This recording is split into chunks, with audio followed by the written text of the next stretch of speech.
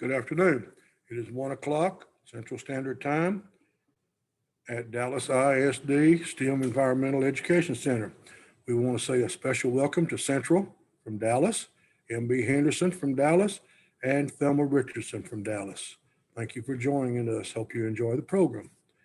If you're watching and you have not signed up, please do so. Go to www.tiny.cc/EEC register and sign up. This is just for our records, please. Today, we're going to do water and weather patterns. During this virtual field trip, students will discover that there are recognizable patterns in the natural world.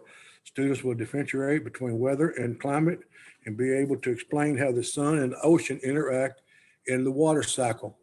Ms. Nash will do a program called Weather versus Climate. Ms. Fuller, the sun and the water cycle. Mr. Monroe will do weather tools. Ms. Ramirez will do wind investigation, and we'll have a special guest, Mr. Wesley. During this virtual field trip, your students cannot verbally ask questions. However, you can go to www.tiny.cc/EEC /question/answer and send in your questions, and we'll do our very best to answer them.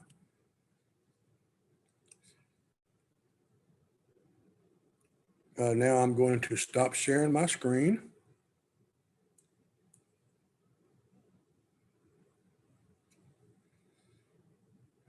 And Ms. Nash is going to do a program called Weather versus Climate. Hello, it's a matchup for the ages, weather versus climate. Now, what's the difference between weather versus climate? So weather is our day-to-day conditions, okay? Is it gonna rain tomorrow? It's gonna be really cold or really hot? You never know. Gotta watch the weatherman. The climate, it's those weather conditions over a long period of time. Okay? So we can predict that it's gonna be hot here in the summer because it's been hot here for a long time every summer. It may or may not get cold, it may or may not snow, okay? So our weather varies a lot. The climate is kind of the average of those conditions. So let's look at a few little things that I discovered preparing for this lesson. And it's really kind of interesting, I thought. So I'm gonna share my screen here. There we go. And as I said, weather's day to day and climate is the overall average. But scientists have divided up the planet into different climate zones. So the polar regions around the North and South Pole, really cold almost all the time. Then we have the temperate zone. So notice that North America, right here we are, is in that, almost all in that temperate zone. Then we have the tropical zone. Here's the equator right in the middle. And on either side of the equator is what we call the tropical zone. And then another temperate zone, not nearly as big as in the northern hemisphere. And then again, another polar region. So there are lots of factors that affect the climate and weather within those big zones. So seasons change, altitudes are different, rainfall, prevailing winds, and how close you are to either a big ocean or a lake can create marked differences. So one thing I thought was kind of interesting is, so up here, here's the Canadian state of Newfoundland and Labrador, and right across the way is England. So let's look at a few differences between those two areas. They're in the same latitude, but they're quite different. So in Labrador, it's really cold, lots of snow, lots of rain. Look at all those pine trees, polar bears, and of course a Labrador retriever. But England, the same latitude, there's palm trees and flowers and hedgehogs, no polar bears because of the Gulf Stream, okay? The ocean currents bring warm temperatures there, so it's really different. In the US, we've got a lot, we're subdivided into climate zones, and again, the weather's gonna vary. So notice the interesting thing to me here is that in the eastern half, we've got the climate zones are more or less horizontal. We're sort of getting closer to the North Pole, right? So it's going to be colder. And then down here, we have a tiny bit of tropical zone. Okay. And then over here in the western half, the the zones, the areas are kind of horizontal. And again, that's because of the Rocky Mountains here and then the coastal ranges here, okay? And in the middle, we have our arid, semi-arid, and arid zones. So rain that kind of comes across can't get there, either it's stopped on the mountains, okay, or just runs out of steam. So the city of Dallas, Atlantic, Phoenix are all in the same, more or less same latitude, because they've got very different climate and weather. Okay, so Dallas and Houston are kind of similar. They're both kind of humid, kind of hot, occasional cold. At Dallas over here is originally a prairie. Okay, hardly any trees, and has a lot of extreme weather, droughts, floods, tornadoes, you name it. Atlanta in the east, okay, in Georgia, had more rain and humidity. It was originally a gigantic forest. And then, of course, Phoenix, on the edge of that huge Sonoran desert that goes down into Mexico, it's very, very arid. So cactus, hardly any rain. And look at those big mountains in the background. That's one of the things that keeps it so dry, because they stop the rain from getting there. And then the state of Texas is like a really interesting example of different kinds of weather. So this is a rainfall. So Rarity predict the most rainy weather. So over here, more than 54 inches of rain. This is that big piney woods, okay, the big thicket area. So we're right about here, okay. And we're kind of on the edge there, kind of some rain, but again, the rainfall varies tremendously. Sometimes we have lots, sometimes hardly any. And then as we go farther west, less and less rain. So we get out to the Big Bend area down here, and up here El Paso, and the very desert. Okay, just the Coahuila Desert. And then when you look at Mexico, again, we've got a big desert in the middle, and then variable rainfall on the coast. So again, the proximity to water is going to affect the amount of rainfall that you're going to get. So in the middle of the country, we have our most extreme weather events. We got snow, we got drought, we got torrential rain, floods, tornadoes, okay? And again, part of that is because it's in the middle, and that it means that the moderating influences of the oceans are farther away, and there's nothing between us and the North Pole but a barbed wire fence, okay? So there's no mountain ranges that run east to west in our country. They run north and south. Okay. So again, all that cold air can just funnel on down. It's coming our way next week, so be ready. So climate change is altering climate and weather patterns. So more evaporation means more heat, more humidity, more intense storms. We had more hurricanes this year than ever before. And we also have fires and drought and floods all at the same time. So, and that cold air that we're gonna be getting next week coming up soon, really cold, is because the polar regions are heating up faster than anywhere else.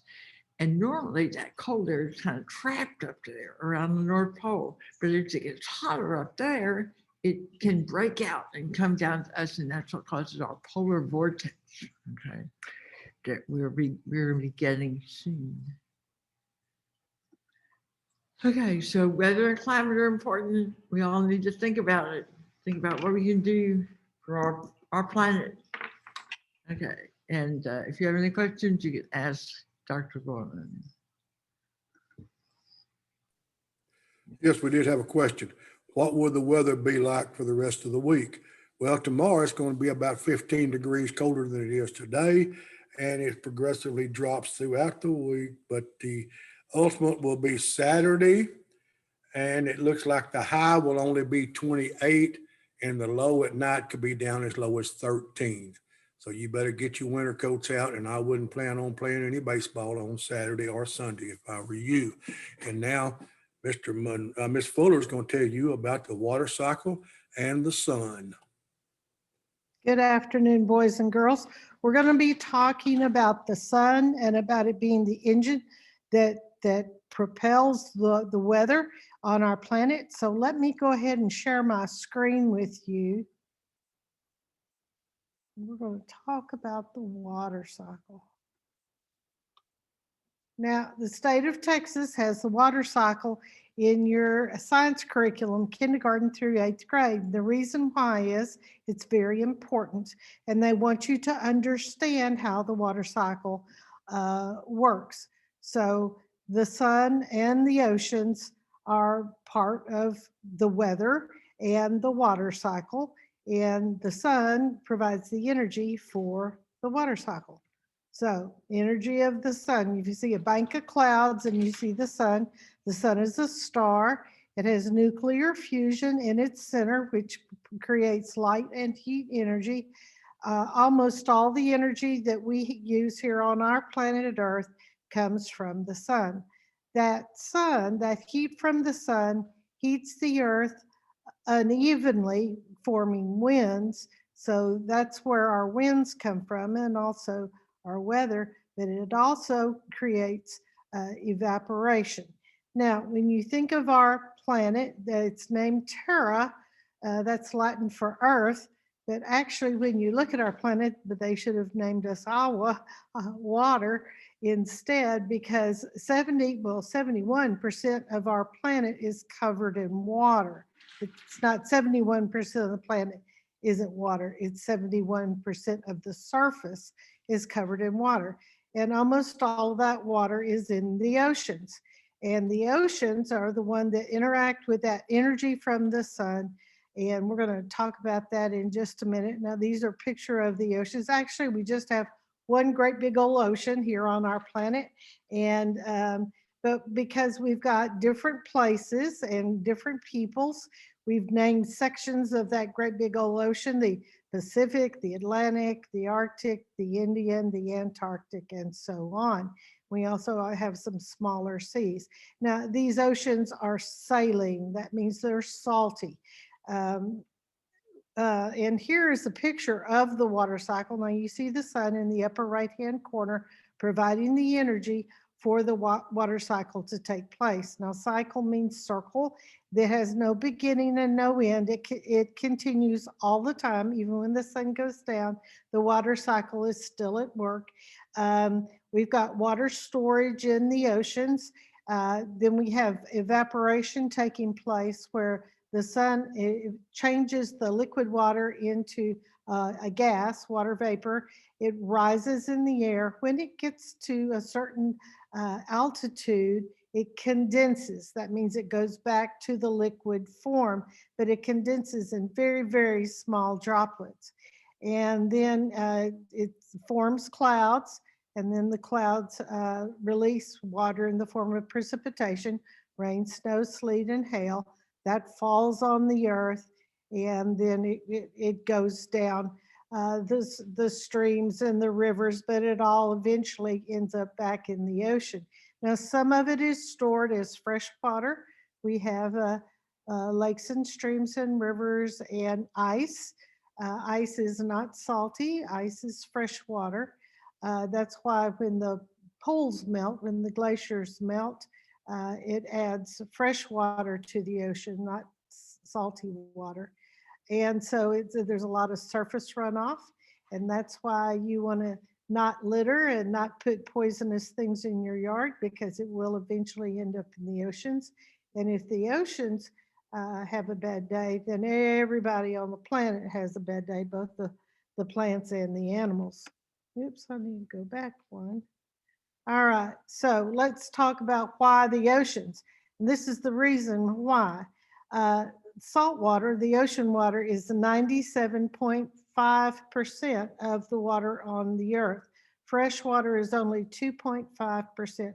So most of that interaction in the water cycle is going on with ocean water. There are no trees to form a canopy to keep it from evaporating away. And there's a constant evaporation from the oceans.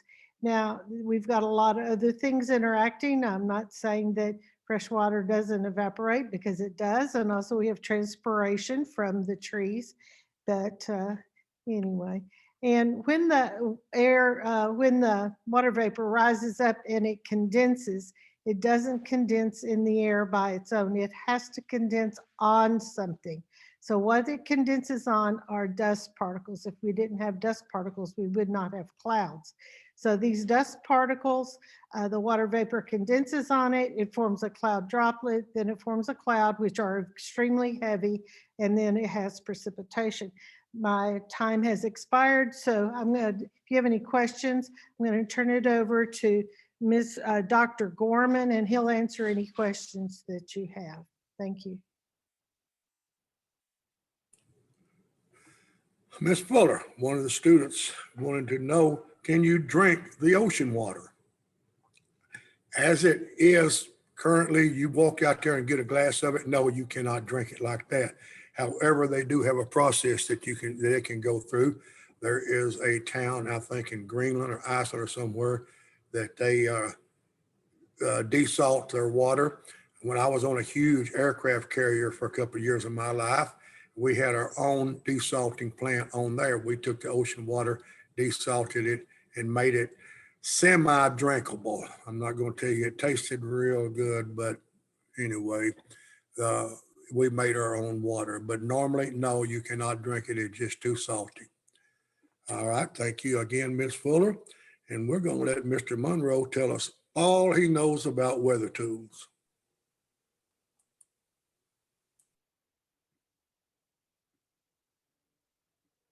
Good afternoon, students. My name is Mr. Monroe, and we're going to be looking at a variety of weather tools that very special people, meteorologists in other words, sometimes we call them weathermen, and they're also weather women, but they are very special scientists that study the atmosphere and they study weather. Now, when we talk about studying the atmosphere, a very simple way to put that is they're actually studying the air bubble that surrounds our planet. And within 10 miles of the first layer of that air bubble, that's where weather happens. Now, whether you know it or not, there are three major components that make weather. Ms. Fuller mentioned to you that the sun was the energy source that drives our weather. Well, it is the ultimate energy source. So that's one component. The other component is the water. She talked about the water cycle. And then the other component that really makes our weather is invisible. It's all around us. You can't grab it. The only time that you can feel it is if it's moving. And what do we call moving air? It is called wind. So those three major components make up our weather. And meteorologists have tools that they use to get measurements of those components. And they also use the data that they get from those components by measuring them and looking and observing them. They use that data to predict and forecast the weather. And that's why we know that toward the end of this week, we can already see that our air temperature is changing. We're in for a very cold period of time, the latter part of this week. And meteorologists have predicted that. So they're almost sure that that event is going to happen. Now, let's talk about measuring air temperature. Well, of course, all of you know that the instrument that is used to measure air temperature is something that we call a thermometer. Now, thermometers can come in different shapes. They don't have to look like this. They can be circular in shape, but they're all doing the same thing. They're measuring how hot or how cold the air is around that instrument. And the way that a thermometer basically works is that inside the tube of the thermometer, there's a fluid. And that fluid is very sensitive to temperature change. Long ago, they used to use mercury, but they found out mercury was very toxic. So they come up with another fluid that is alcohol-based. For example, when it gets warm, that fluid is going to expand and it'll make the fluid in the tube, it'll make it go up. If it gets cool or it starts to cool off and get colder, then that fluid is going to go down, just like that. Now, on a thermometer, you will notice most thermometers are going to have two sets of numbers. One set is called Fahrenheit, That is the customary unit of measurement. On the other side, you might find Celsius. That is the metric system. Here in the United States, most of the time we use the customary measuring system. Europe and other countries of the world, they basically use the metric, so they would use Celsius. Let's talk about water. Well, when we talk about water, we know that we're talking about water that is on the surface of our planet, but we also have water that's in the air bubble that surrounds our planet. And when it falls from the atmosphere to the surface, we call that precipitation. Now, if the air temperature is above 32 degrees Fahrenheit or 0 degrees Celsius, then we're going to get rain, the liquid form of precipitation. But if it's below the freezing point of water, then most likely we're going to get snow or some other type of frozen precipitation. Now, they're predicting we may get a little bit of frozen precipitation before this cold weather that we're going to have is over, okay? Now, there's a gauge that they use to take measurements of how much precipitation has fallen. It is called a rain gauge. It would have a tube like this with an opening. It would need to be out in the open, and so when precipitation falls, it fills up the tube until the precipitation stops. And there's a flotation device in the bottom of this that actually would float up and mark the point of how much rain had fallen. Now, you want a good thought about it is this. Let's say it snows. Would a rain gauge be the right instrument? Or would it give us a reading about how much snow had fallen right away? Well, there might be some that would, some of those that have technology involved, but probably the best way to measure a snowfall, you could probably just take a simple ruler, go out and stick it in the snow and take a measurement of how deep the snow is. That might give you some idea about how much snow has fallen. Now, students, listen. When we talk about wind, now that's a very important component that meteorologists really look at, because we can tell a little bit more about the weather by looking at the wind, especially the direction that the wind is coming from. There's an instrument called a wind gauge, a wind vane. And that wind vane tells you the direction that the wind is coming from. This is a model of a wind vane. The ones that I grew up looking at in rural Oklahoma usually were anchored on top of a barn at a very high point where they could pick up the wind. And of course, it had the same little abbreviations that we see on this model. N for north, W for west, S for south, E for east. But you know what? In the middle, there would be maybe an animal like a rooster or a chicken instead of an arrow like this. And whichever way that would point, guess what? That would tell you the direction that the wind is coming from. You know, when it gets cold, as it gets colder this week, you're going to realize that that cold air is coming from the north. We usually get a little warming trend, especially if the wind is coming from the south. We know if it's coming from the north, it's coming basically from the polar region. If it's coming from the south, then we know that it's coming from somewhere around the equator. Now, another thing that usually we try to get a measurement on, or meteorologists try to get a measurement on, is how fast the wind is actually blowing. And the instrument that is used to measure that is called an anemometer. And this is just a model here, but if you look at this, you would see little cups and they would spin around catching the air as it's blowing, and it would be attached to an electronic device that would show how fast the wind is blowing in the units of measurement that we call miles per hour. Oh, a week or so ago, the wind was blowing pretty hard, and it was said by the meteorologists that they were expecting winds to get as high as somewhere between 40 miles per hour and 45 miles per hour.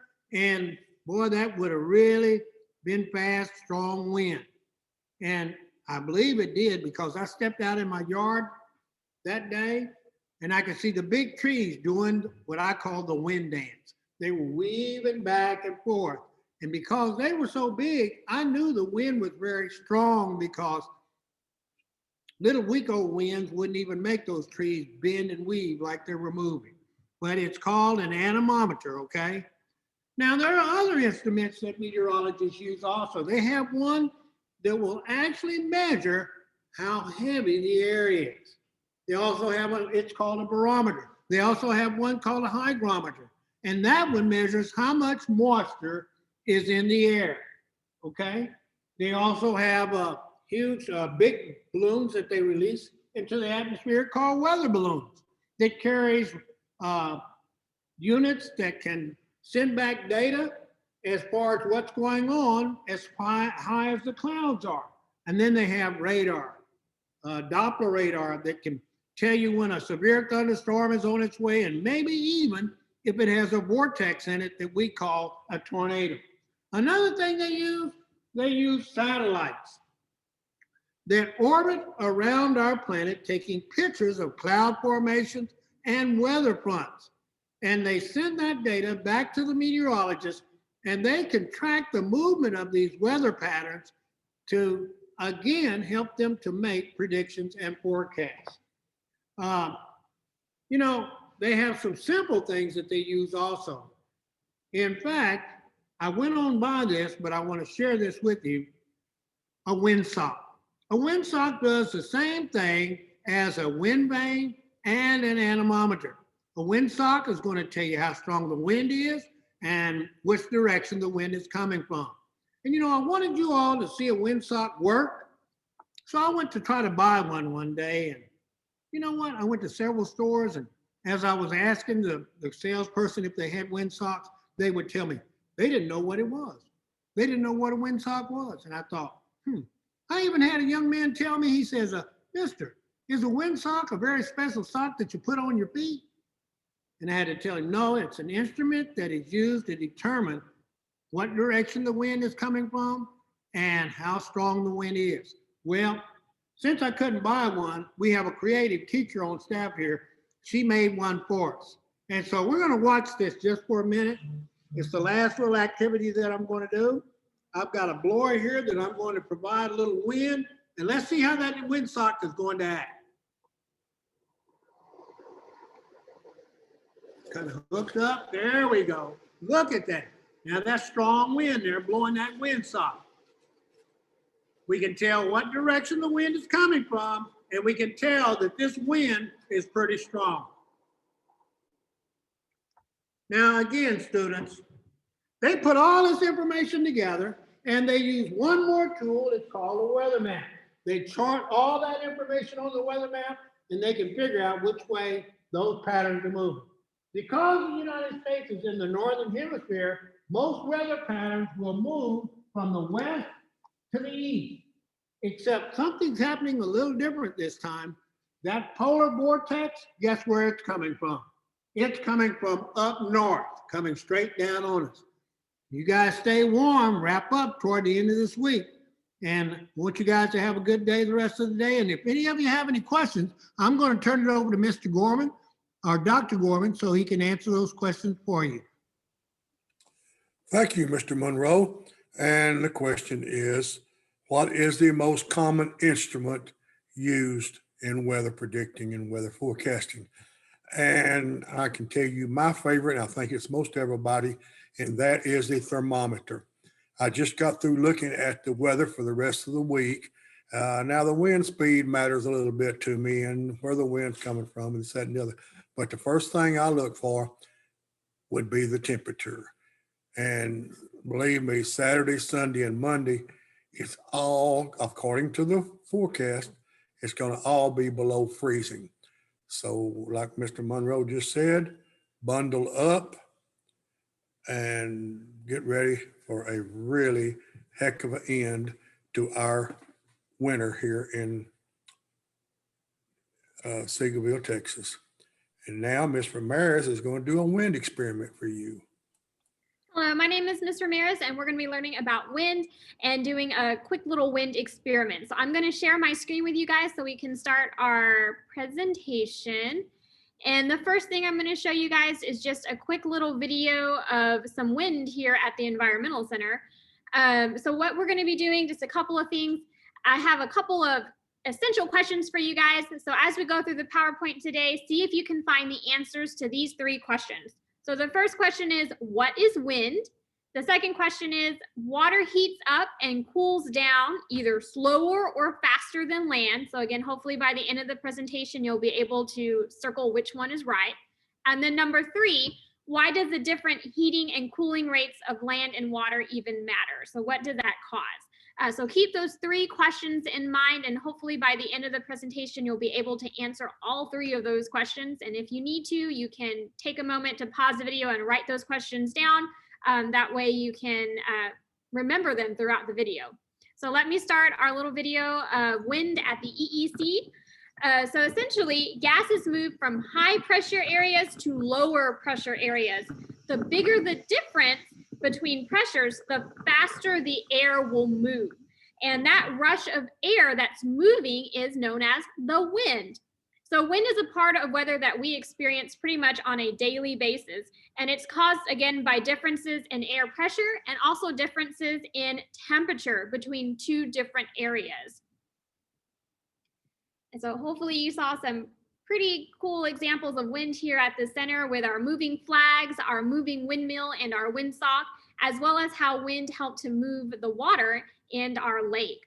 So let's take a look at our next slide. And that's just a review definition of what wind is. Again, it's just air movement. So what I did was a quick little experiment. As you can see here, I had 2 beakers. I placed 1 beaker with water to represent water, for example, in an ocean or a lake.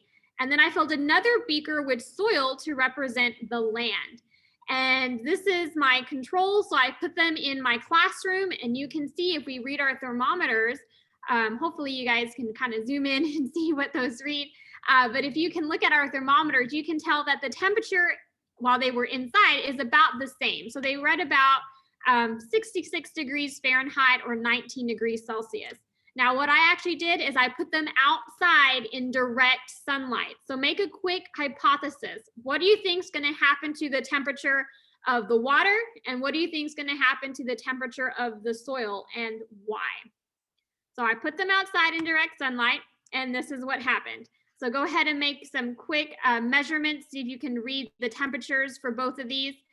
Here's the one that represents land, so it's a soil, and here's the beaker that represents water, or in this case, the ocean. So when they were placed in the sunlight, hopefully you guys were able to notice that the soil temperature rose rather quickly. It got up to about 80 degrees.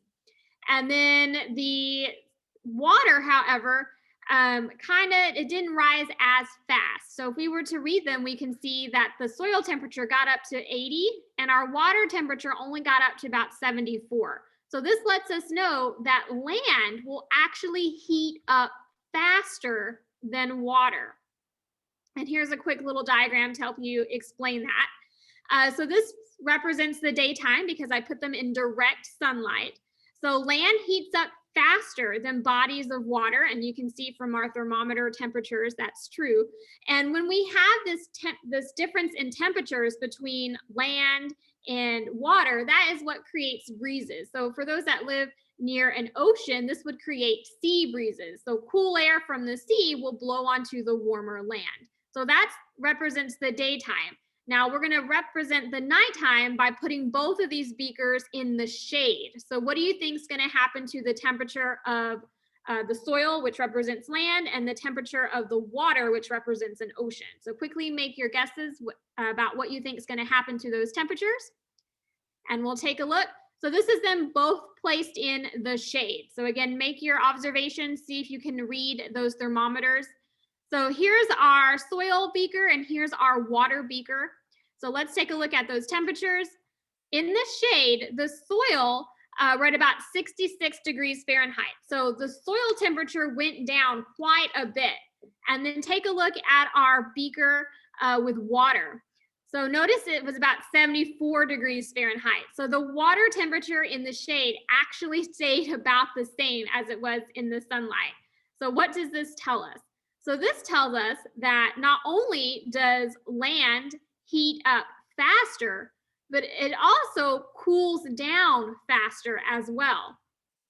And then here's a little diagram to represent this. So in real life, you can take a look over here at our diagram. We have the land versus the sea. The cool land breeze at nighttime, the land cools down faster than bodies of water. So during the nighttime, there's a land breeze, and you can see the direction that our little sailboat is leaning toward.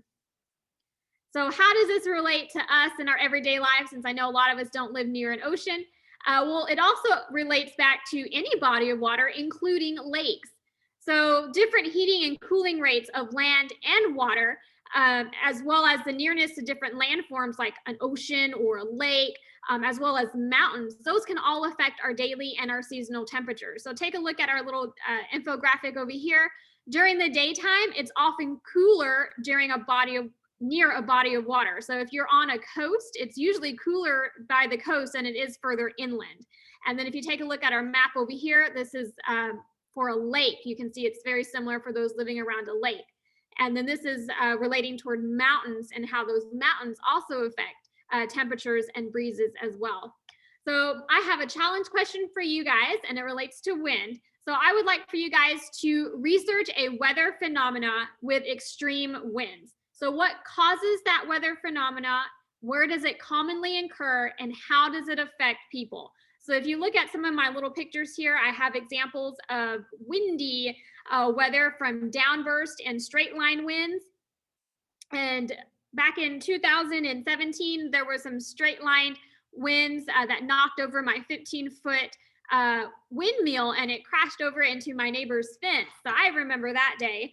And then there's another wind called a derecho, and this actually occurred last year back in Iowa, and it was super strong windstorm that damaged 550,000 acres of crop, in this case corn, and farmers lost over $300 million because of that windstorm.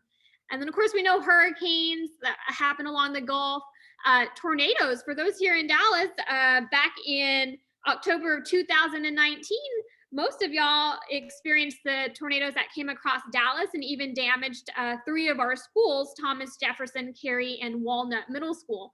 So tornadoes have really strong winds.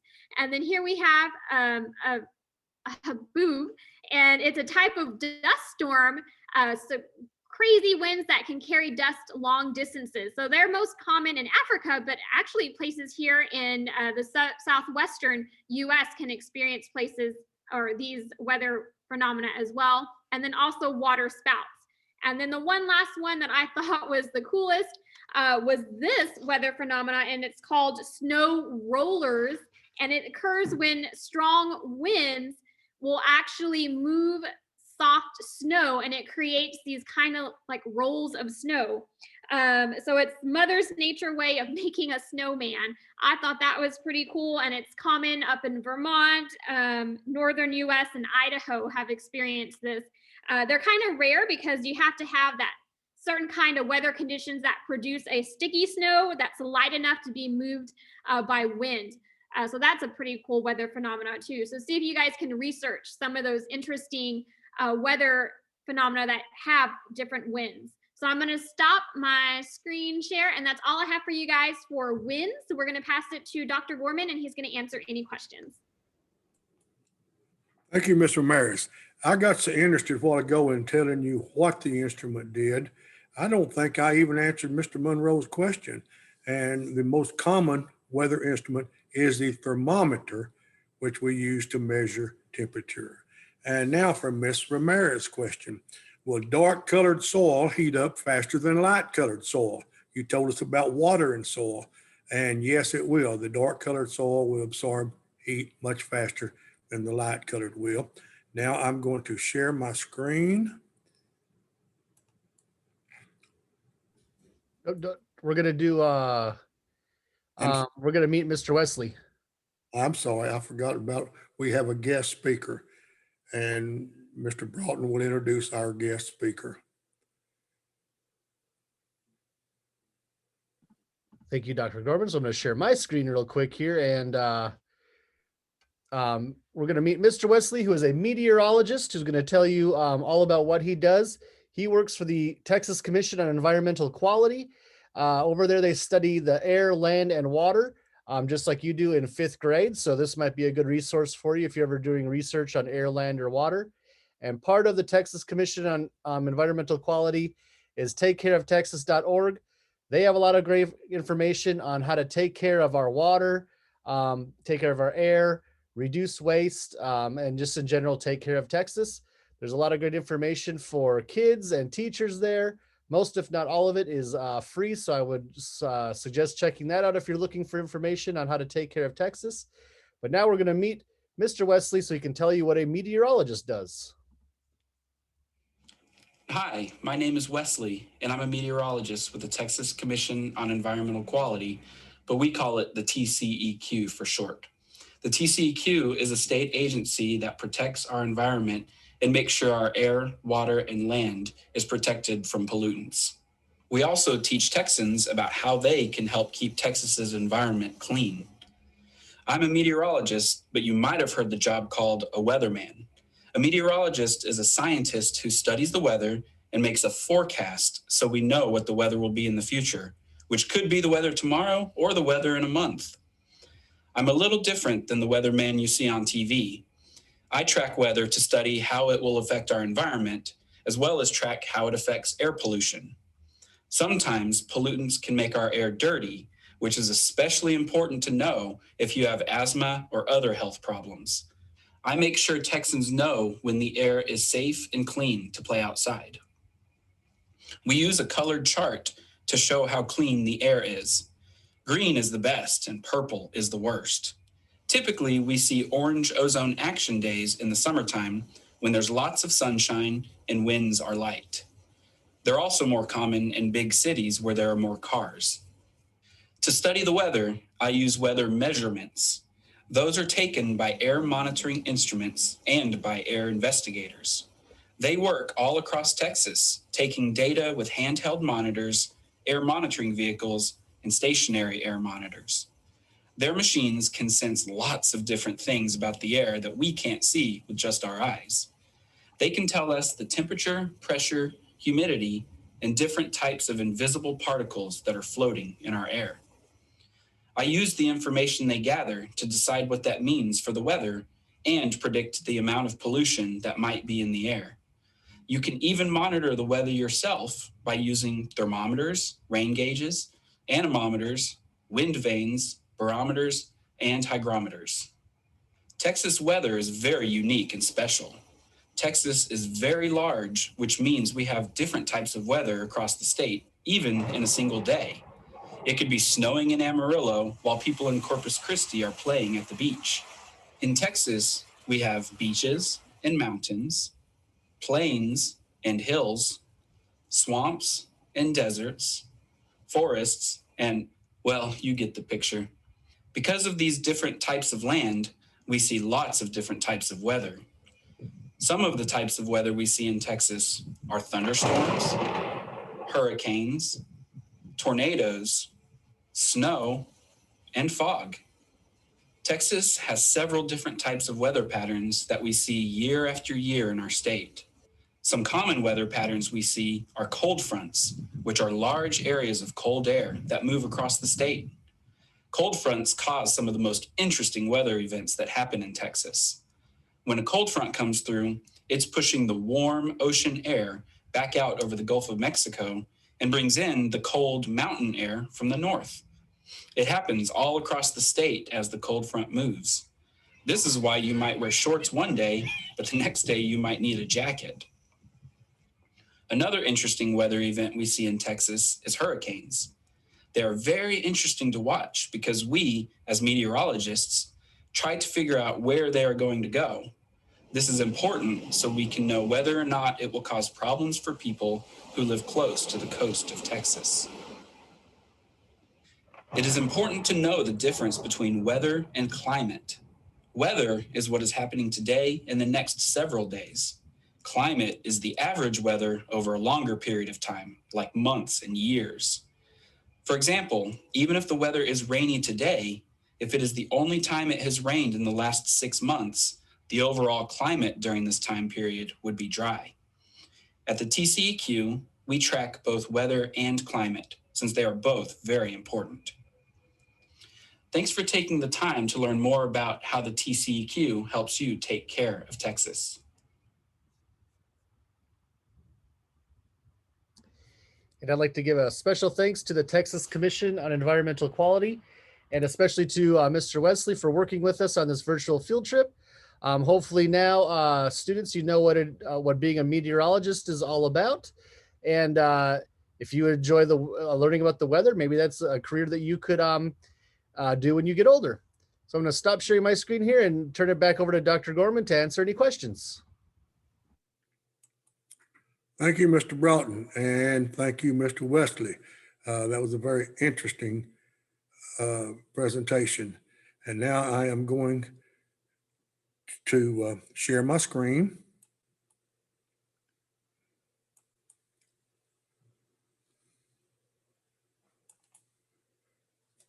And during this virtual field trip, students discovered that there are recognizable patterns in the natural world. Students differentiated between weather and climate and be able to explain how the sun and the ocean interact in the water cycle. Ms. Nash did a program, Weather versus Climate. Ms. Fuller, the sun and the water cycle. Mr. Monroe, weather tools. And Ms. Ramirez did wind investigation. And our guest speaker, who I tried to almost forgot, Mr. Wesley, showed you what it was like to be a meteorologist. Thank you. And how did we do? www.tiny.cc/EEC feedback. If you will, teachers, go to that website, fill out a short form, a feedback form, and let us know what you thought of our program. Thank you again for joining us. You students have a great day, but more importantly, you have a great life.